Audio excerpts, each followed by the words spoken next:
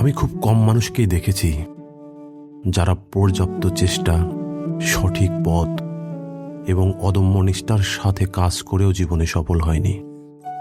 আসলে আমাদের চারপাশে যারা সফল হয়নি বলে অভিযোগ করে, তাদের ৯৯% মানুষই জানে না পর্যাপ্ত চেষ্টা কাকে বলে।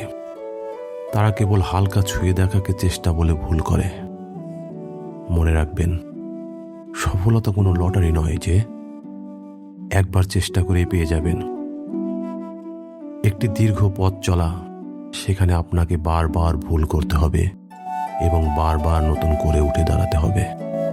সঠিক বীজ পুঁতে পর্যাপ্ত পানি ও রোদ না দিলে যেমন ফলন আসে না, ঠিক তেমনি পর্যাপ্ত চেষ্টা না করলে জীবনে সফলতা আসে না। তাই অভিযোগ নয়, নিজের চেষ্টা, অধ্যবসায় ও নিষ্ঠার পরিমাণ বাড়ান।